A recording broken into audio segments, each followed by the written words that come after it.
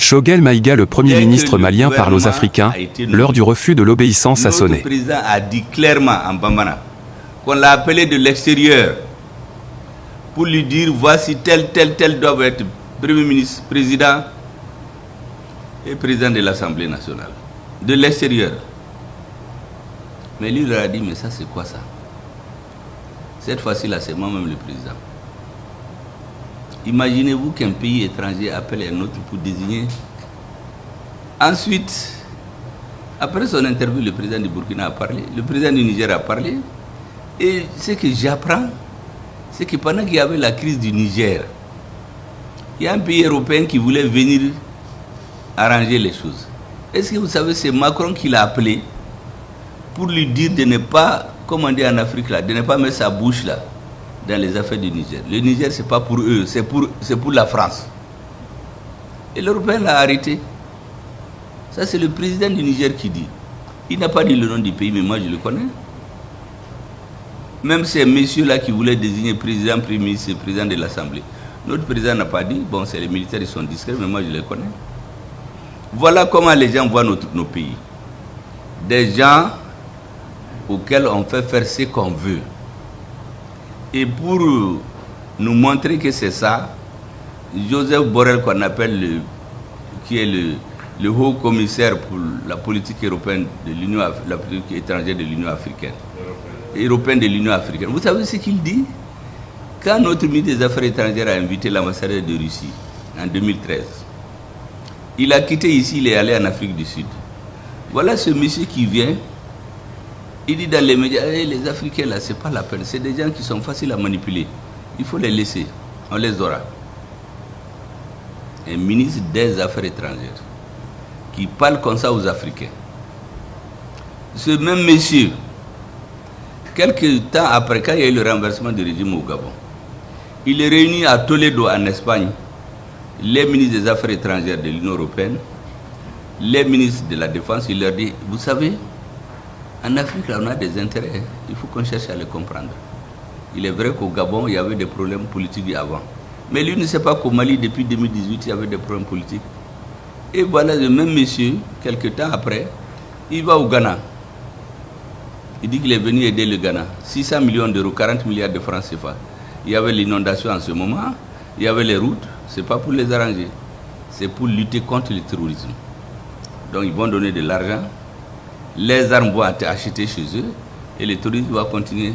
La réalité, nous avons fini depuis 2001. L'objectif stratégique des Occidentaux, c'est de redéfinir la carte de l'Afrique. 1885, ils n'avaient jamais dit qu'ils vont venir nous coloniser. Ils avaient deux objectifs. Aller régulariser la circulation sur le fleuve Congo et le fleuve Niger. Troisièmement, la France amène la mission civilisatrice, l'Angleterre amène les 3C. Civilisation, commerce, christianisme. Une fois qu'ils sont arrivés, ils ont fait autre chose. Ils ont duré, ils sont allés à la Seconde Guerre mondiale. Ils ont dit, on va faire la guerre, vous aurez la paix. Quand on a fini la guerre, tous les guerriers, on sait ce qui leur est arrivé. Et maintenant, pour décoloniser, c'est eux qui l'écrivent, qu'on a donné l'indépendance à ceux qui l'exigeaient le moins, après avoir éliminé politiquement et physiquement ceux qui l'exigeaient avec intransigeance. Ça, c'est le Premier ministre français, Pierre Mesmer, qui l'écrit dans ses mémoires.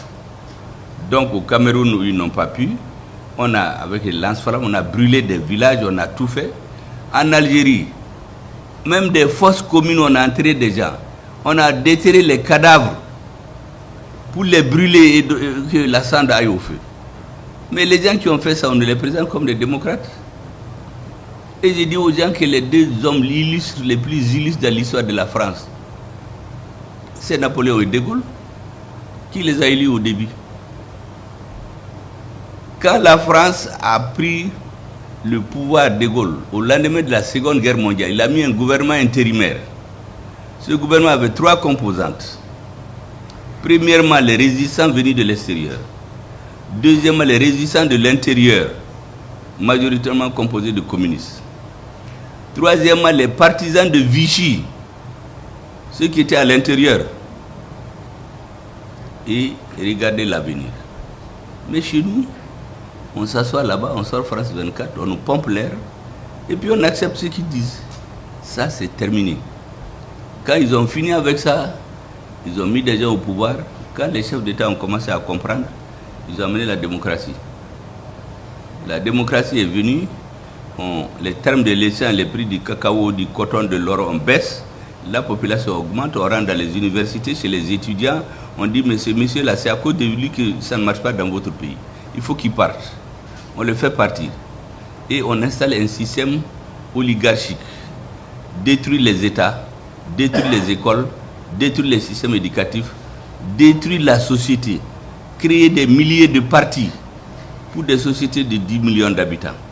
Et les gens, moi j'ai reçu ici récemment des partis politiques, j'ai dit mais quelle est votre profession? C'était tous des chômeurs. Donc on crée des partis pour avoir des revenus. Ce n'est pas pour défendre des idées.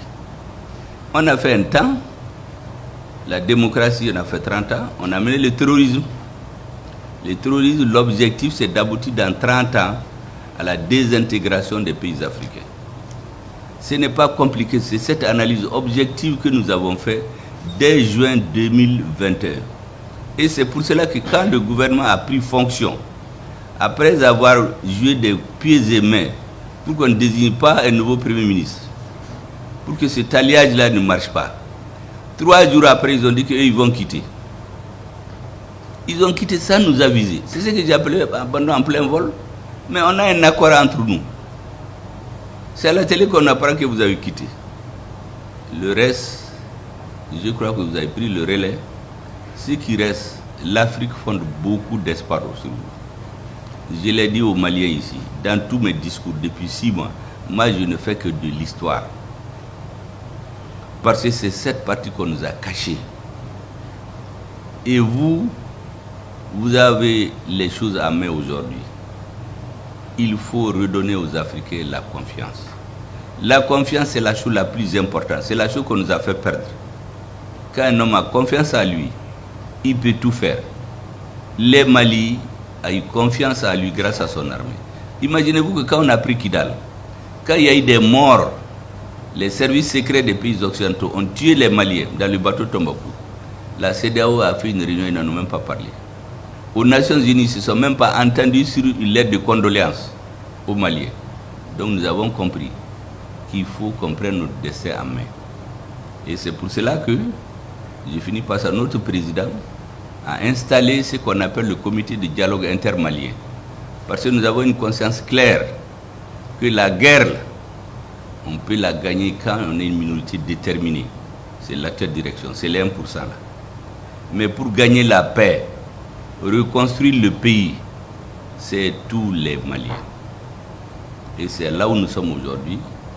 Et nous sommes convaincus que les uns et les autres vont venir. Mais ce que vous faites, c'est pour l'Afrique. J'ai dit aux Maliens, chaque Malien doit se dire, l'Afrique vous regarde, les Maliens vous regardent, le monde vous regarde, la diaspora vous regarde. J'ai rencontré des groupes d'études de pays occidentaux qui sont en train de faire des simulations. Est-ce que le Mali va tenir? Beaucoup disent, vous savez, c'est les Africains, dans 5-6 ans, ils vont abandonner. Mais s'ils tiennent, il y aura un bouleversement dans le monde. Donc vous avez la clé aujourd'hui de ce bouleversement-là. Parce que nous, on a mis l'étincelle. Vous savez, les hommes politiques, il y en a des partisans, des gens qui sont pour ou contre nous. Donc, ça ne peut pas prospérer. Mais quand vous prenez les relais avec les ministres des Affaires étrangères, avec des fortes personnalités, ça va s'imposer à la société. Parce que quand toute la société va être irriguée par cette idée-là, les dirigeants là même s'y passent, par l'âge, par autre chose, surtout que certains s'assoient dans les médias là-bas, pour dire que, vous savez, au Niger et au Burkina, au Mali, ça ne va pas parce que depuis longtemps les militaires ne viennent pas chez nous. C'est un militaire chef d'état-major qui va dire ça devant les sénateurs. Et séance tenue, il donne 30 bourses. Des bourses au Sénégal, en Côte d'Ivoire, au Togo et au Rwanda. Ou un autre qui dit il faut les éliminer physiquement. Vous imaginez des gens qui s'assoient pour appeler au meurtre. J'ai demandé au ministre de la Justice de documenter tout ça. Ces messieurs-là, on va les poursuivre un jour ou l'autre. Comment vous pouvez vous asseoir, demander au meurtre des autres? Maintenant, j'ai fini, parce qu'il paraît que le patron, il nous attend. Quand on rentre chez lui, on sort avec ses idées. Et j'aurais beaucoup plaisir à parler avec vous, mais je sais que Diop le fait déjà très bien. Tous ces livres-là que j'ai écrits, j'ai demandé aujourd'hui d'amener pour ceux qui aiment lire. C'est un livre, le premier a été écrit sur la rébellion depuis l'an 800.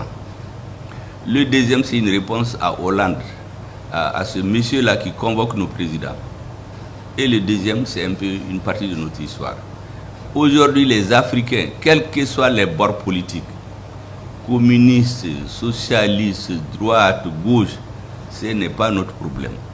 Deng Xiaoping a dit que les chats ils soient gris ou blancs pourvu qu'il attrape la souris. L'essentiel, c'est de faire bien vivre nos populations. Qui avec les Américains, qui avec les Français, qu'on nous laisse en paix. Cessez de dire l'école américaine, l'école française, l'école... Mais on a l'école africaine. Et cette école africaine-là, c'est vous qui l'avez créée.